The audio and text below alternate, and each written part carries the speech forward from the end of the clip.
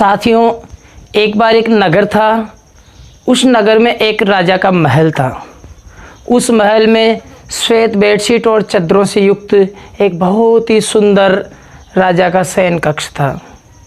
उस शयन कक्ष में एक मंद विसर्पिणी नाम की एक जूं रहती थी।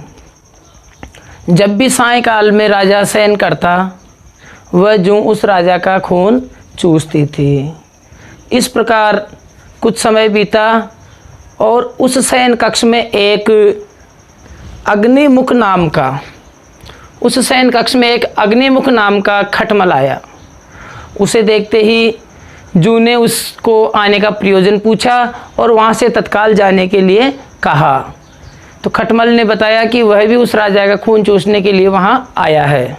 खटमल ने कहा कि मैंने जो आहार से प्रभावित रक्त है वो कसाई, अम्लीय और तिक्त रस से युक्त रक्त खूब चूसा है, लेकिन राजा मधुर भोजन करता है, इसलिए उसका रक्त भी मधुर रसों से युक्त होगा। अतः उस राजा का रक्त चूसने के लिए वहाँ पर आया है।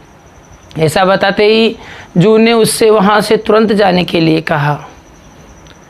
तो खटमल ने, जो अग्निमुख नाम का जो खटमल था, उसने उस मंद विसर्पिणी जूं से उपदेश करने लगा कि घर आया व्यक्ति अतिथि होता है, वह मेहमान के रूप में होता है। एक बार तो शत्रु भी अगर घर पे आता है तो उससे इस तरह कटु शब्दों में वार्ता नहीं की जाती है।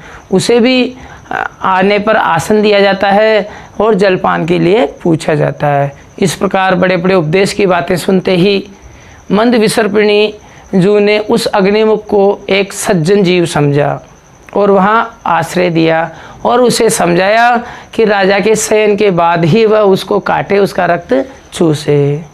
लेकिन खटमल का जो स्वभाव था वो चंचल था, चपल था, कहा भी है। इस प्रकार स्वभाव कभी बदलता नहीं है। इस मृत्युलोक में मनुष्यों का स्वभाव कभी नहीं बदलता है।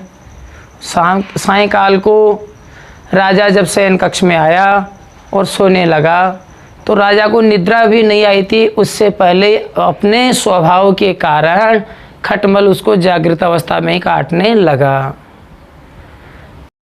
अग्निमुख खटमल को काटते ही राजा तुरंत बैठा हुआ और अपने परिचारकों सेवकों से कहा, अरे यहाँ देखिए, कुछ जीव है जो मुझे काट रहा है।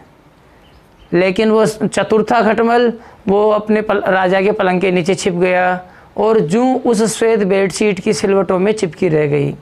ज्यों ही सूक्ष्म दृष्टा परिचारकों ने उनको ढूंढना शुरू किया तो उस श्वेत चद्दर की सिलवटों में जूं उसको दिखाई दी। देखते ही जूं को उन्होंने मार दिया। इसलिए कहा गया है कि शास्त्रों में भी कहा गया है कि उपदेश से किसी के स्वभाव को नहीं बदला जा सकता है। स्वभाव नोपदेशे न शक्यते कर्तुम अन्यथा सुतप्तमपि पानीयाम पुनर्दहति। अर्थात अच्छे प्रकार से गर्म हुआ जल भी अपने स्वभाव के कारण वापस ठंडा हो जाता है।